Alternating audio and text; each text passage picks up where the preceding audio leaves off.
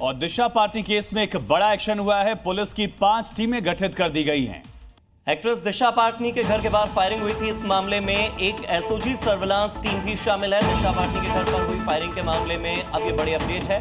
उनके उत्तर प्रदेश के बरेली वाले घर पर फायरिंग की गई थी और इसकी जिम्मेदारी गोल्डी बराड़ गैंग ने और रोहित गोदारा गैंग ने ली थी।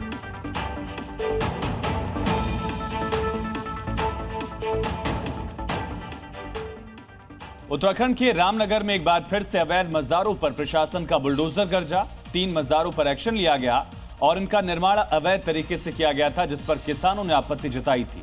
शिकायत मिलते ही प्रशासन सक्रिय हुआ और मौके पर पहुंचा, जहां एक एक कर इन सभी मज़ारों को जमींदोज कर दिया गया। ये मज़ारें सरकारी जमीन पर अवैध कब्जा करके बनाई गई थी, जिसके बाद सरकारी जमीन को अतिक्रमण मुक्त कराने के लिए बुलडोजर की कार्रवाई हुई।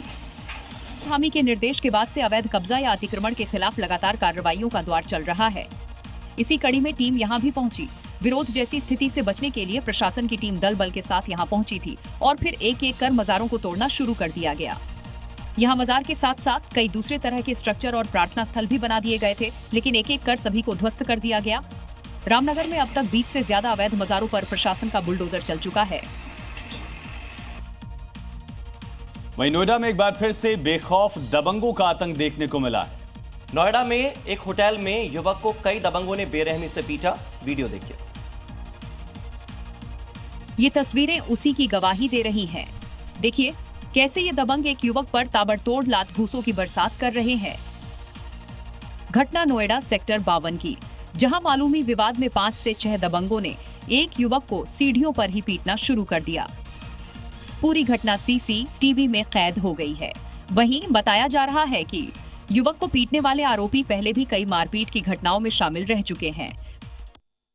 पीड़ित की शिकायत के बाद पुलिस ने फौरन एक्शन लिया और 2 आरोपियों को हिरासत में लेकर मामले की जांच शुरू कर दी है। और अभी तक आपने जजेस के आदेश पर अपराधियों को जेल जाते हुए देखा जरूर होगा, लेकिन हरियाणा के कैथल में एक ऐसा मामला सामने आया जहां जज साहब ने कैथल एसएचओ को ही जेल भेज दिया है। मगर क्यों, देखिए रिपोर्ट में। क्योंकि एसएचओ साहब जज के बार बार समन भेजने के बाद भी कोर्ट में गवाही देने के लिए नहीं आ रहे थे, लेकिन जब एसएचओ राजेश कोर्ट पहुंचे तो उन्हें जज ने जेल में डालने का ऑर्डर दे दिया। दरअसल मामला सिरसा में तैनात एक इंस्पेक्टर के मर्डर से जुड़ा है। एसएचओ पर आरोप है कि मामले में गवाही के लिए कई तारीखों पर कोर्ट के सामने पेश नहीं हुए।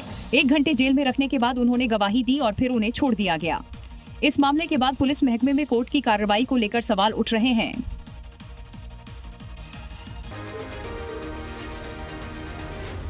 Zee